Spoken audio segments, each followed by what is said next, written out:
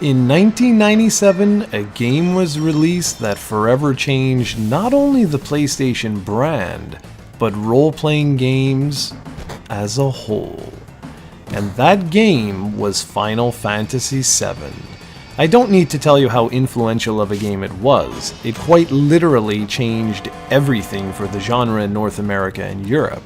FF7 set the world of RPGs on fire, and to date, it remains the highest-selling entry in Square Enix's flagship franchise.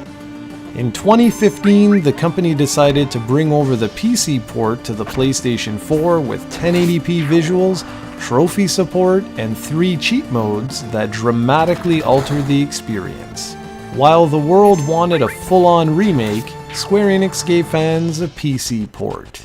Obviously, that was highly controversial. The following year, the company would announce a full remake was in the works, but I figured it might be nice to revisit the original version one last time before the remake hits. RPGs are absolutely nothing without a good storyline, and nearly 20 years after its release, the story remains classic. Cloud and his ragtag band of hooligans are just as lovable today as they were in 1997. The major plot twists remain incredibly powerful, and the various plot threads all come together by the end of the game to deliver a masterpiece. Whether or not you believe this is the best Final Fantasy game in the series is another matter altogether, but the story and gameplay most certainly hold up well.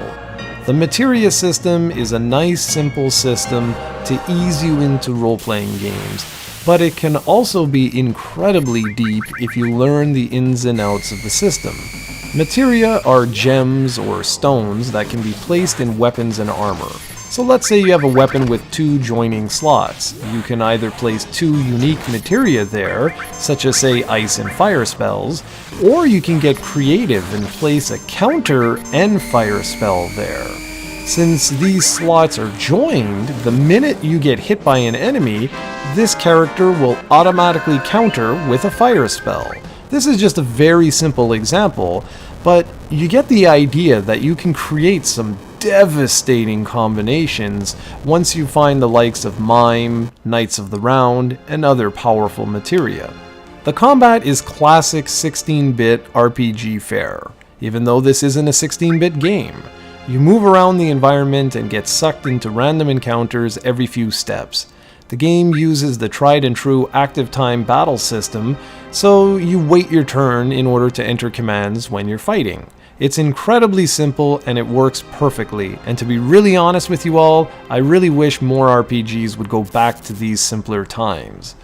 The only knock on the gameplay comes in the form of exploration.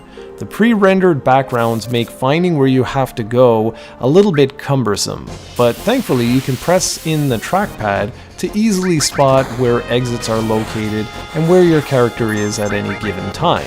It's not perfect, but it certainly helps. The audio remains just as impressive today as it was 20 years ago. I don't need to tell you how legendary this soundtrack is, nor all the classic sound effects. They're perfect.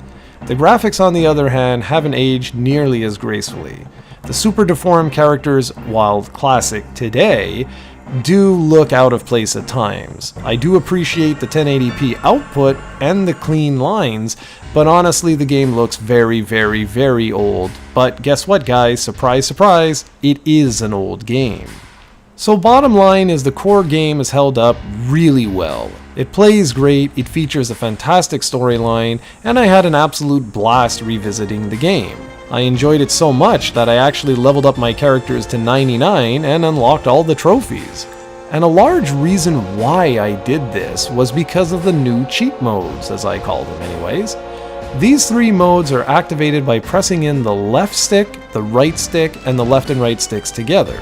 The modes they unlock include no random encounters, which allow you to easily explore every nook and cranny without needing to worry about fighting enemies every 2 seconds. Next up is a mode that increases the speed by 3 times normal. This means encounters are over in the blink of an eye and Cloud blasts through areas in minutes instead of hours. It's incredible to see in motion, and while it certainly takes some getting used to in order to play like this, it's great being able to blast through some of the slower portions of the game. The final gameplay mode is a god mode of sorts. I say of sorts because you can still be wiped out. The way this works is that your health and MP auto-regenerate to 100%.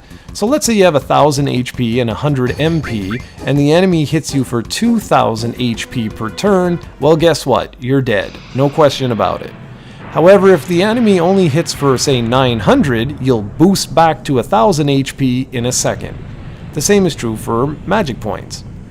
On top of that, your limit break meter remains filled at all times, so you can pump out your most powerful limit breaks one after another. Put it this way, when I tested this mode out on Emerald Weapon, I was able to take him down in about 3 minutes with just Cloud at level 80, and I didn't even break a sweat. For purists out there, this will be blasphemy, of course, but let's be honest, gamers have changed a lot in the past 20 years, and if these modifiers allow more people to experience this classic game, then I say so be it.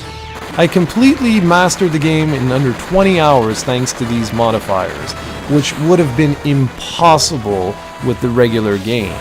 If you only want to play through the game to experience the story and you don't really care about anything else and you just want to blast through it, I honestly think you can beat the whole game in probably under 10 hours with these modifiers, which is absolutely incredible. If you want to experience Final Fantasy VII in its original state, this is the best way to do it. Whether or not you use the modifiers is up to you, but just being able to have these options is great, and acts as a great way to revisit this classic game before its remake hits in 2975.